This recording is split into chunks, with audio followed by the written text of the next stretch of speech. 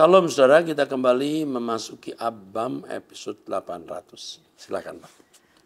Baik Pak, yang pertama dari seorang wanita usia 52 tahun di Sulawesi Selatan. Kami sudah mengikuti seminar Logos dari sesi 1 sampai dengan 34 dan kami mohon dikirimkan bukunya. Terima kasih buat perhatian dan bantuannya. Ya, bukunya dikirim ya nak. Lagi mau masuk percetakan rupanya saya pikir. Saya baru tanya tadi. Oh baru masuk percetakan nih Pak. Baru mau masuk ini. Oke. Ayo teruskan. Selanjutnya Pak, dari seorang wanita usia 64 tahun memberikan satu link YouTube ini Pak. Ya. Setujukah Pak Pendeta Eras dengan Rabi Zev Porat tersebut? Ya, saya baru melihat ya. Kita tidak berhak menyatakan setuju atau tidak. Karena tidak ada terkait dengan kehidupan kita. Satu hal yang pasti, jangan mencoba mengintervensi interpretasi orang. Kalau saya bilang tidak setuju, lalu apa untungnya untuk saya? Saya bilang tidak setuju, apa untungnya untuk saya? Oh, tapi untuk orang lain, Pak. Ini di area publik seperti ini, kita tidak bisa menilai orang. Kalau saya bilang tidak setuju, berarti Rabi ini sesat. Betul? Kalau saya bilang setuju, berarti Rabi ini tidak sesat. Sedangkan saya tidak mengenal secara mendalam. Biar masing-masing saudara bergumul dalam doa minta petunjuk Tuhan. Tapi yang jelas kita tidak boleh dengan mudah mengatakan, saya setuju dengan ajaran dia atau tidak setuju. Jangan mudah. Bukan tidak boleh, bisa, tapi jangan mudah. Artinya pikir, mendalam dan lihat aspek positif negatifnya. Oke, teruskan. Selanjutnya Pak, dari seorang wanita usia 30 tahun, masih single atau belum menikah.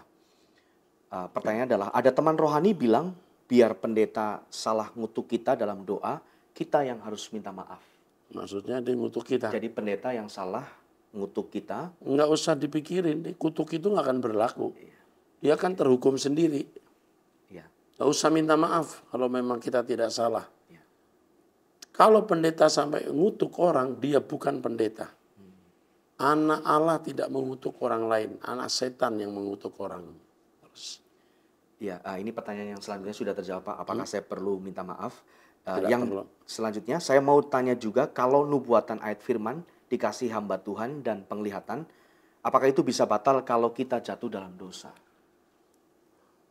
Tuhan jika memberikan rancangan yang indah, lalu kita tidak hidup di dalam kekudusan, jelas rencana itu bisa gagal. Nah, nubuatan itu bisa merupakan hal yang Tuhan mau beritahu kepada kita tentang apa yang Tuhan mau lakukan untuk kita. Jika hal itu terkait dengan rencana Allah tersebut, lalu kita tidak hidup dalam kekudusan kesucian, bisa batal. Artinya Tuhan bisa hilangkan. Seperti Yusuf mendapat mimpi, betul? Berkas gandum saudara tunduk padanya. Kalau sampai Yusuf jatuh dalam pelukan Nyonya Potifar, mungkin nggak pernah terbukti. Tetapi kalau nubuatan itu menyangkut rencana Allah yang sudah ditentukan harus terjadi, tidak bisa batal. Nubuatan tidak bisa terjadi. Nubuatan yang menyangkut rencana Allah yang permanen, menyangkut rencana Allah yang tetap, tidak bisa dibatalkan. Oke, jelas. Baik Pak, pertanyaan berikutnya dari seorang pria berusia 65 tahun. 55 itu? 65 Pak. Oke, teruskan. Oke, teruskan. Oke. Ya. Shalom Pak Eras. Ya. Sebelumnya saya mau mengucapkan terima kasih banyak atas pelayanan Bapak. Saya sudah berjemaat di GSKI Rehoboth kurang lebih sejak 2006 dan rutin mendengarkan Abam.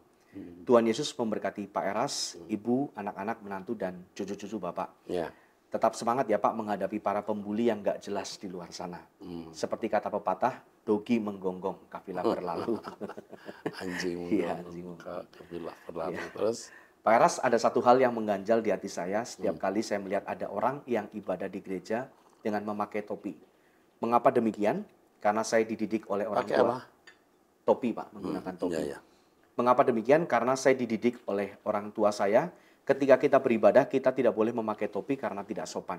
Bagaimana menurut pandangan Pak Eras? Mohon petunjuknya. Terima kasih sebelumnya. God bless you. Iya. Ini budaya ya. Culture ya, budaya orang Jawa misalnya masuk rumah orang terus topi mesti dibuka, apalagi orang muda ya. Tetapi mengapa dia pakai topi itu bisa banyak alasan. Ya. Dia botak, supaya rambutnya nggak jatuh, dia pakai rambut palsu, itu untuk mengikat, atau untuk show, modis. Ya. Kalau untuk modis sebaiknya tidak, bukan seharusnya. Syukur punya orang tua yang mengajari tata krama, etika seperti yang Anda miliki. Tetapi tidak semua orang ternyata memiliki culture atau budaya seperti itu. Jadi kalau dia memakai topi tetapi dengan hati yang mencintai Tuhan, ya enggak masalah. Di negara barat saya memperhatikan ibu-ibu pakai topi. Topi yang berpita itu di gereja. Ya, koboi pakai topi. Baru ketika di depan suka dilepas topinya, nanti dipakai lagi, duduk lagi di kursi. Jadi yang penting bukan soal pakai topi atau tidak, tetapi sikap hati. Dan ini terkait dengan budaya, jadi tidak bisa dinilai secara lahiriah.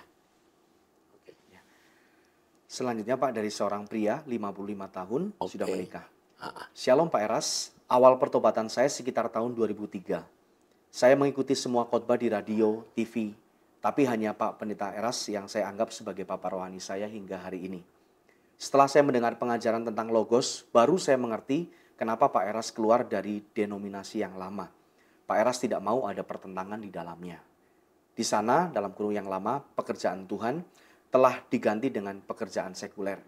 Maju terus Bapak rohaniku, kami pecinta SK ada bersama Bapak. Ya. Sehat selalu Bapak, diberkatilah kiranya seluruh tim pelayan Pak Eras agar banyak jiwa diberkati. Kalau saya masih ada di bawah sinode, saya akan perang terus. Dulu bicara soal perpuluhan saja, saya dipanggil-panggil. Terus jadi keributan. Ya, di antaranya ada yang berkata bahwa saya membuat kurangnya pemasukan gereja lain. Tetapi saya sendiri waktu itu memberikan perpuluhan ke sinode dengan jumlah besar. Saya tidak tahu urutan keempat atau kelima. Ya. Persembahan saya besar. Persembahan perpuluhan gereja ke sinode. Tapi di gereja sendiri tidak mengajarkan perpuluhan karena saya mengajarkan segenap hidup. Terima kasih untuk dukungannya dan kepercayaannya. Tuhan memberkati. Berikutnya Pak, dari seorang duda berusia 57 tahun, jemaat GSKI, MAG, dan PIK. Shalom Pak Eras, Bapak Gembalaku. Saya sering mendengar Bapak mengajarkan untuk menggenggami tangan-tangan kecil yang Tuhan titipkan pada kita. Bagaimana caranya ya Pak mengetahui tangan kecil itu titipan Tuhan atau cuman perasaan kita yang kurang tepat atau malah tangan-tangan kecil bercakar dari si jahat. 2 tahun belakangan ini saya giat mencoba membantu orang-orang yang saya rasa perlu dibantu. Bahkan terus terang orang-orang itu adalah sesama jemaat atau anak-anak di gereja Bapak. Tapi hampir semua yang saya bantu kok malah seperti menjadi kurang benar hidupnya atau akhirnya berakhir dengan mengecewakan saya. Sebenarnya saya merasa sudah berusaha setulus-tulusnya dan tidak mengharap balasan apa-apa dari mereka. Tapi cara mereka mengecewakan saya membuat saya jadi merasa gagal menggenggami tangan mereka dan merasa sia-sia membantu. Saya ingin belajar dari Bapak karena saya tahu Bapak juga banyak sekali dikecewakan oleh tangan-tangan kecil yang dulu pernah Bapak genggami. Apa yang harus saya lakukan? Haruskah saya menutup mata saja terhadap orang-orang yang memerlukan dan menyalurkan bantuan lewat gereja atau organisasi-organisasi supaya disalurkan kepada yang sedang memerlukan tanpa terlibat man to man? Dan bagaimana saya harus bersikap saat bertemu mereka yang sudah mengecewakan saya? Saya mohon bimbingan dari Bapak. Terima kasih, Tuhan Yesus memberkati Bapak. Yang pertama kita mesti minta hikmat Tuhan. Siapa yang patut kita bantu, siapa yang tidak. Yang kedua, jangan merasa ketika kita membantu orang, tangan kecil tadi, lalu orang itu menjadi rusak. Belum tentu karena kita. Tapi memang dasarnya dia rusak. Nah, apa yang kita lakukan untuk dia, itu sebenarnya kesempatan yang Tuhan berikan untuk orang itu menjadi orang baik. Ternyata dia tidak. Kita nggak salah. Kenapa Yesus menggenggam Yudas? Ternyata Yudas tidak benar. Bukan salah Yesus, Yudas diberi kesempatan. Bahkan Yudas jadi bendahara. Udah jelas dia mata duitan. Dia suka nyolong. Tuhan juga tahu. Tapi Tuhan beri kesempatan. Demikian pula yang saya alami, saya sudah menggenggam tangan-tangan kecil. Tapi yang saya genggam akhirnya nyakar. Ya tapi bagian saya sudah selesai. Tugas saya sudah selesai. Dan tidak perlu kita sesali. Itu bukan suatu kesalahan atau belum tentu suatu kesalahan. Rileks saja. Kembalikan ke Tuhan. Jangan menjadi trauma menolong orang. Ya. Tetap membantu tangan-tangan kecil. Ya. Tuhan memberkati. Ya, baik Pak. Selanjutnya dari seorang pria berusia 35 tahun. Shalom Pak Eras, izin bertanya. Terbersit pertanyaan licik manusia seperti ini. Sebagai orang Kristen, kita dituntut untuk hidup berkenan di hadapan Bapa, serupa seperti Kristus. Kita dituntut standar yang lebih tinggi dari orang-orang bukan pilihan atau orang non-Kristen, terlahir di lingkungan yang tidak memberi banyak kesempatan untuk memahami Injil dengan benar. Bagaimana kalau pada prakteknya orang Kristen tersebut tidak terlalu mengindahkan Roh Kudus? Hidup suka-suka sendiri saja.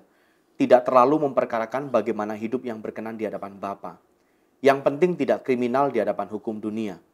Kira-kira orang Kristen tersebut tetap Tuhan selamatkan?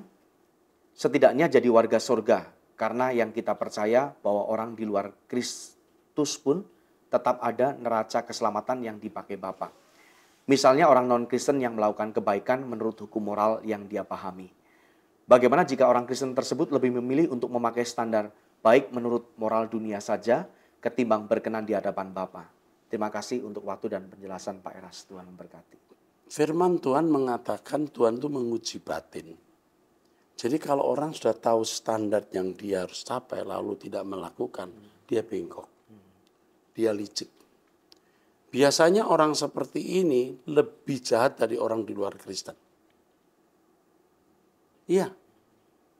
Kalau dia tahu memang standarnya harus sempurna seperti Bapak, lalu dia berpikir yang penting tidak melakukan pelanggaran moral umum, yang penting masuk surga. Orang di luar Kristen pun kalau dia mengasihi sesama, dia masuk surga. Beda. Kalau Anda orang percaya, Anda dituntut sempurna. Dan Anda tahu sempurna, tapi Anda menghindar. Itu kejahatan. Dan orang seperti itu biasanya lebih jahat dari orang non-Kristen. Nah kita lihat kenyataan ya, kalau orang non-Kristen dibanding orang Kristen. Banyak orang non-Kristen lebih baik. Banyak. Kenapa? Karena dia tidak sungguh-sungguh mau menjadi seorang yang berkenan di hadapan Allah. Jadi kalau tidak berniat menjadi orang yang berkenan di hadapan Allah, dia bisa menjadi jahat. Dia nggak bisa bilang saya mau jadi baik saja, nggak bisa. Kalaupun bisa, jarang terjadi. Kecuali memang dia tidak tahu kebenaran. Jangan coba-coba. Yang diberi banyak, dituntut banyak. Yesus berkata, kalau kau berkata aku buta, kamu nggak salah. Tapi kau berkata aku melihat, tapi kau tidak melakukan, kekal dosamu. Oke, mantap. Teruskan. Ya, selanjutnya Pak dari seorang wanita tidak menyebutkan usianya, Ya. ini dari luar negeri seperti Pak. Oh, dari luar negeri nih. Shalom Pak Eras, saya ada pertanyaan mewakili orang tua saya. Kami ada grup WA keluarga besar. Papi saya suka share link ibadah Truth ID. Tapi ada salah satu anggota keluarga yang tidak suka dengan Pak Eras. Jadi setiap kali papi saya kirim link ibadah Truth ID, maka akan selalu dikonfront dengan potongan video atau komen-komen yang menjelekkan Pak Eras yang dikirim oleh salah satu anggota keluarga kami tersebut. Adapun secara keseluruhan keluarga besar kami bergereja di beberapa sinode yang berbeda. Kami tahu ada yang pro dan kontra dengan pengajaran Pak Eras. Dalam kurung karena terhasut omongan pendeta atau gereja yang tidak suka dengan Pak Eras. Padahal belum pernah mendengar lengkap khotbah Pak Eras. Tapi hanya satu orang saja yang ekstrim mengkonfront soal Pak Eras.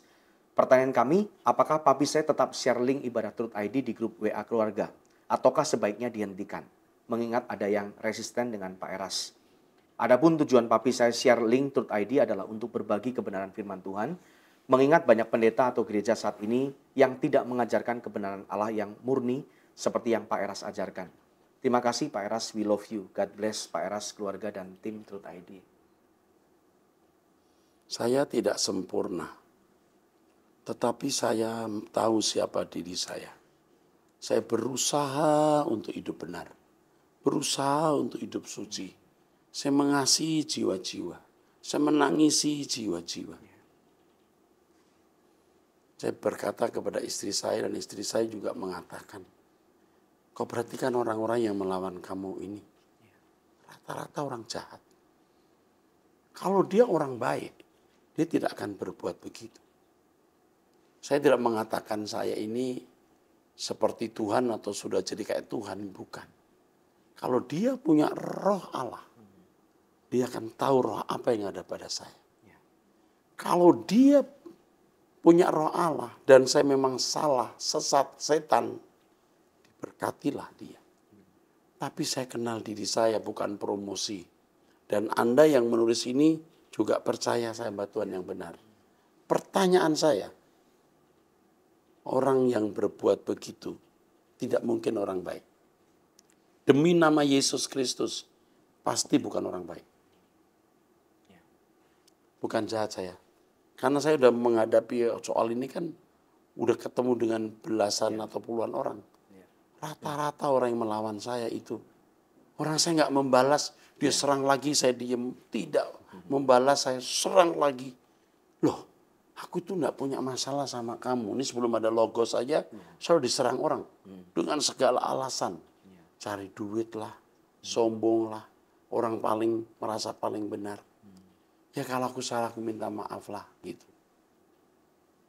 Jadi yang nanya ini saya beritahu, coba tanya dia, orang itu baik nggak yang melawan ini? Demi nama Tuhan Yesus Kristus, pasti orang bengkok. Ya saya nggak mengatakan dia harus sempurna, dia pasti bengkok. Dia pasti juga melukai orang lain. Buktikan. Oke, teruskan. Ya, yang berikutnya Pak dari seorang pria berusia 61 tahun sudah menikah di Medan. Ya. Shalom Bapak Pendeta Dr. Erastus Sabdono. Terima kasih atas penjelasan Bapak terhadap pertanyaan saya sebelumnya. Saya sangat hormat dan salut atas semangat dan produktivitas Bapak yang tidak kenal lelah dalam melayani Tuhan. Saya mau minta penjelasan lagi dalam 1 Timotius 6 ayat 15 sampai 16. Penguasa yang satu-satunya saya pahami menunjuk kepada Allah Bapa. Pertanyaan yang pertama, sebutan raja di atas segala raja dan tuan di atas segala tuan, bukankah julukan ini diberikan kepada Tuhan Yesus? Ya, jadi begini, kalau tuan di atas segala tuan, Yesus termasuk. Kalau ini menunjuk Yahweh, Yesus termasuk di bawahnya. Tapi kalau itu ditujukan Yesus, tuan di atas segala tuan, Bapak di atasnya, kita semua di bawah. Karena kita pun akan menjadi raja-raja bersama-sama Tuhan Yesus. Jadi harus kita lihat konteks ayat mana kalimat itu muncul. Oke, teruskan. Pertanyaan kedua masih di ayat yang sama. Dialah satu-satunya yang tidak takluk kepada maut. Bukankah hal itu juga yang dialamatkan kepada Tuhan Yesus? Terima kasih, Tuhan Yesus terus memberkati. Ini sudah saya jelaskan. Dalam seminar sudah saya jelaskan ya.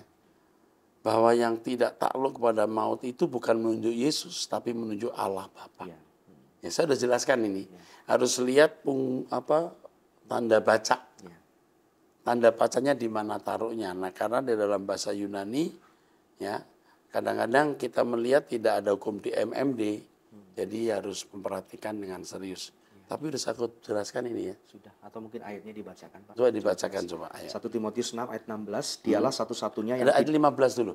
Oh ya, 15. Yaitu saat yang akan ditentukan oleh penguasa yang satu-satunya dan yang penuh bahagia, raja di atas segala raja dan tuan di atas segala tuan. Ayat 16, Dialah satu-satunya yang tidak takluk kepada maut, bersemayam dalam terang yang tak terhampiri. Itu pasti Allah, nggak kelihatan. Ya. Terus? Seorang pun tak pernah melihat dia. Iya. Dan memang manusia tidak dapat melihat dia. Baginyalah hormat dan kuasa yang kekal. Itu Allah Bapa. Oke, itu tidak menunjuk Tuhan Yesus. Oke, teruskan. Pertanyaan selanjutnya dari seorang wanita berusia 39 tahun, menikah, 3 anak, suami petani dari daerah Samosir, ini Sumatera Utara. Iya, oke. Ya, Shalom Pak Eras, jujur saja Pak, kami memang dari gereja lain, sinode lain, bukan GSKI, tapi kami mulai mendengar khotbah Bapak tahun 2020 sampai sekarang. Khotbah Bapak yang selalu menguatkan kami dalam menghadapi hidup ini. Yang ini saya ceritakan sama Bapak begini, saya dari keluarga susah Pak. Jadi kami berumah tangga sudah 10 tahun, semuanya mulai dari nol, sehingga pada tahun 2022 kami diusir dari rumah keluarga, sehingga kami modal utang membangun rumah yang kami tempati sekarang. Untuk itu Pak, kami mohon Pak bantu kami, Pak, utang kami sebanyak sekian. Sekian. Kami sudah minta tolong ke keluarga, malah dikata-katainya kami. Sudah capek kami meminjam ke saudara, tapi mereka tidak peduli. Padahal tunggu panen jagung, kami bilang mereka tetap saja tidak mau menolong. Kami setiap hari ke ladang, suami kerja nelayan. Yang menguatkan hati ini firman yang Bapak sampaikan tiap hari. Maaf kepanjangan ceritanya, Tuhan Yesus memberkati. Koras. Ini mesti harus, nggak bisa kita jawab di sini ya. Harus diarahkan ya, diarahkan. Utangnya bisa nggak dicicil, lalu kenapa sampai utang itu, lalu jagungnya kapan panen, gimana cara menjualkan ya. Oke, ini siapa yang mestinya begini? Siapa nak? Ya udah deh ya. Ini orang polos ya.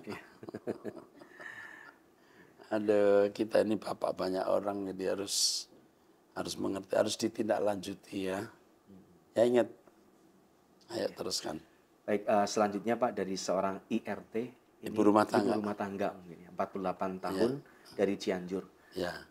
Shalom Pak Eras, saat ini saya tinggal di Cianjur karena suami pindah kerja. Namun saya tetap mengikuti ibadah-ibadah suara kebenaran. Pak, setelah doa pagi kami membaca renungan Filipi pasal 1 ayat 1 sampai 30. Hanya saja setelah baca ayat 19 saya jadi bingung dengan penyebutan Roh Yesus Kristus. Mohon kiranya Bapak berkenan menjelaskan Filipi 1 ayat 19. Oke, coba dibaca dulu. Filipi pasal 1 ayat yang ke-19. Karena aku tahu bahwa kesudahan semuanya ini ialah keselamatanku oleh doamu dan pertolongan Roh Yesus Kristus. Kita harus tahu bahwa Roh Kudus itu representasi dari Bapa dan Tuhan Yesus. Betul nggak? Jadi Roh Yesus Kristus ya bisa menunjuk Roh Kudus sendiri.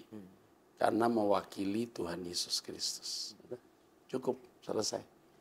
Teruskan. Baik, selanjutnya dari seorang pria berusia 57 tahun menikah di Manado. Yang saya hormati, saya banggakan, saya kagumi Pak Erastus. Saya sudah lama mengikuti pengajaran Bapak lewat CD dan buku-buku yang saya beli. Dan juga lagu-lagu Bapak saya suka nyanyikan karena maknanya luar biasa bagi saya. Rindu saya sampaikan apa yang Bapak sampaikan, ajarkan, menurut saya benar. Dan jika ada orang yang tidak sepaham, itu urusan mereka. Dan jika mereka yang tak sepaham memfitnah, menghujat, orang itu asbun atau asal bunyi. Bisa dipastikan jauh dari hidup suci, tidak bertanggung jawab, dan bagiannya bukan langit baru, bumi baru. Tapi langit bawah, bumi bawah. Ini singkatannya yang ketiga juga Pak. Langit bawah, bumi bawah. Aduh. Kau bisa dan tega dan mudahnya menghakimi Pak Erastus yang sudah berkorban pikiran, waktu, tenaga, dan lain-lain. Maju terus Pak dan semangat. Karena saya suka lagu-lagu Bapak yang sangat bermakna itu, bagaimana caranya saya bisa mendapatkan MP3-nya Pak? Juga buku kenosisnya Pak Eras. Terima kasih atas kesediaan Pak Eras merespon tulisan saya ini. Mohon maaf jika agak panjang dan sedikit emosi Pak. Tuhan Yesus memberkati kita semua. Enggak, nak ini harus spesial PDF. Ngerti? Enggak, ini orang harus, ini Bapak ini harus spesial. Dikasih poster, ya harus. Terus MP3 diberi lewat sekretariat lagu-lagu saya. Oke, mantap. Aduh, kita tuh masih dikuatkan oleh orang-orang yang di tengah bullying orang di mana-mana. Pendeta itu senang banget kalau bilang saya sesat. Nggak ngerti loh. Mungkin karena kita sering mencuri hati jemaat. Jemaatnya ikut kita, ikut turut ID, itu pendetanya terganggu. Di mana-mana pendeta itu mengingatkan, awas Erastus sesat. Loh, sudah dengar khotbah saya belum ya? Dan biasanya pendeta seperti itu bisa dipastikan bengkok. Ya, bengkok dia. Kalau dia punya roh Allah, dia bisa menilai roh orang lain itu roh Allah atau tidak. Dan kita kan bisa melihat buah hidup orang. Ya. Tapi kita jangan menunjuk pakai jari tangan. Kita mendingan memandang Tuhan dan serahkan diri saja. Biar Tuhan yang menilai. Oke, terus. Selanjutnya Pak, dari seorang wanita berusia 40 tahun menikah di Jakarta. Shalom Pak Pendeta Eras, saya mau tanya apakah saya menjadi orang yang jahat bila saya menolak untuk memberi bantuan dalam kurung materi terus-menerus kepada saudara saya. Dalam kurung hutang dia dengan bank pun saya yang tanggung. Sedangkan saudara saya pun gak ada mau berusaha untuk bisa keluar dari masalah ekonominya. Sedang tidak bekerja, usahanya hanya pinjam sana-sini. Terima kasih. Orang seperti ini jangan dibantu lagi. Ya. Kalau sampai benar usahanya untuk hanya pinjam sana pinjam sini, ada yang begini. Ya, saya juga sudah kenal. Jangan dibantu orang model begini. Memang nggak mau kerja, dia kalau ketemu orang cuma mikir bisa diutangin gitu tuh. Jangan dibantu. Jangan dibantu. Udah, you nggak bersalah. Tapi sudah pernah membantu. Namun sebelum itu Anda sebaiknya menasihati dia. Mungkin kasih bantuan terakhir, ini terakhir, jangan lakukan itu, saya nggak bisa bantu lagi. Oke, terus. Yang berikutnya Pak, dari seorang wanita 43 tahun masih lajang. Shalom, calon pasangan saya sering mengajak bertengkar, malah sering menuduh saya berselingkuh, juga sering meminta uang kepada saya. Apa yang harus saya perbuat untuk menghadapi yang saya alami? Mohon dibantu untuk hikmat sesuai dengan ayat Alkitab agar saya tidak berpikir menurut cara saya sendiri. Ini 43 masih lajang. Ya. Biasanya wanita dengan usia seperti ini, belum nikah itu tidak kurang selektif. Tapi untuk kamu, 100% kamu putuskan hubunganmu dengan pria itu. Ya, dia akan jadi monster yang menggerogoti hidupmu. 100% kamu harus putuskan hubunganmu dengan dia. Kamu SMS orang itu. Kata Pak Eras putus hari ini juga ya, jangan ini belum dirilis dia ini kata Pak Eras putus hubungan. Tapi nanti dibaca pacarnya itu gimana? Pacarnya ngamuk. Nah, kamu kasih tahu bahwa keluar di episode yang keberapa 800 ngomong aja. Saya menyampaikan pesan dari Pak Eras 800. Saya dengar Pak Eras berkata putuskan hubungan dengan pria itu. Kasihan. Emang resiko. Pernah ada orang marah-marah gara-gara itu. Saya suruh putus. Tapi udah. Masuk kasih bilang, gimana ya mikir-mikir ya. Nggak bisa. Ini pria nggak bener. Udah apa tadi? Nuduh selingkuh apa. Yaudah tolong ditelepon di hari ini ya. Kasih tahu, saya staf Pak Eras, saya memberikan jawaban supaya buru-buru, supaya cepat maksudnya, bahwa Anda harus memutuskan hubungan dengan pria itu.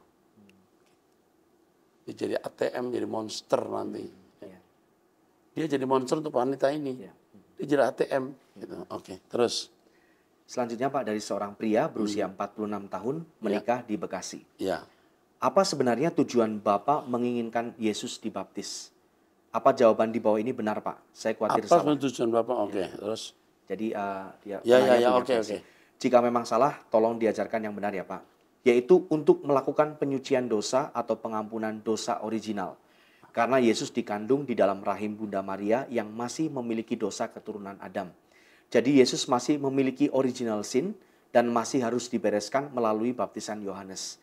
Dengan tujuan supaya Yesus menjadi korban yang kudus tidak bersela. Mohon bantuannya. Tuhan Yesus sendiri menjawab kok. Waktu dia menolak, waktu Yohanes minta, biar aku yang dibaptis. Yesus mengatakan, enggak, kita harus memenuhi hukum agama. Ya, dia harus menampilkan diri seperti manusia lain yang seakan-akan ya sebagai manusia berdosa yang membutuhkan pertobatan. Dia tidak butuh pertobatan. Yesus itu kudus untuk memenuhi kehendak Allah. Gitu loh maksudnya ya. Itu maksudnya. Bukan dari dosa turunan, tidak ada penjelasan itu. Karena kehendak Allah memang begitu. Oke, terakhir nih. Ya, baik, yang terakhir dari seorang Duda berusia 69 tahun, Bandung. Seandainya Adam makan buah kehidupan, apa yang terjadi? Mohon jelaskan lebih dalam mengenai Kejadian pasal 3 ayat 23 sampai 24. Apa ada kelanjutannya dalam kitab Wahyu 22 ayat 2? Di sana ada pohon kehidupan, itu sangat misterius. Ya. Saya mengikuti seminar Logos dari awal hingga yang terkini, menakjubkan. Sangat terberkati lewat ajaran Bapak. Tuhan Yesus memberkati. Seandainya ada makan buah itu, buah kehidupan, apa jadinya? Saya pernah berpikir, ada mungkin juga makan buah itu. Tapi tidak seimbang dengan buah pohon pengetahuan yang baik dan jahat. Ini kan satu hikmat dari Allah, ini hikmat dari dunia. Kalau ini yang banyak dimakan, pasti dia gagal menjadi gambar Allah. Adapun Wahyu 22 ayat 2 tentang pohon kehidupan, itu memang terus terang misteri. Kita tidak boleh memastikan artinya begini atau begitu. Tidak bisa. Tetapi bisa juga itulah pengetahuan tentang Allah yang Allah sediakan nanti di langit baru, bumi baru, yang bisa menyembuhkan, memulihkan. Pengetahuan tentang Allah atau hikmat Allah. Bisa itu artinya. Hanya itu yang saya bisa jawab. Kalau kita tidak tahu tepat, kita tidak menjadi masalah. Ya, kita tahu tidak menambah iman, tidak tahu tidak mengurangi iman. Oke? Sampai jumpa di episode 801. Oke? Sampai jumpa dan berkati.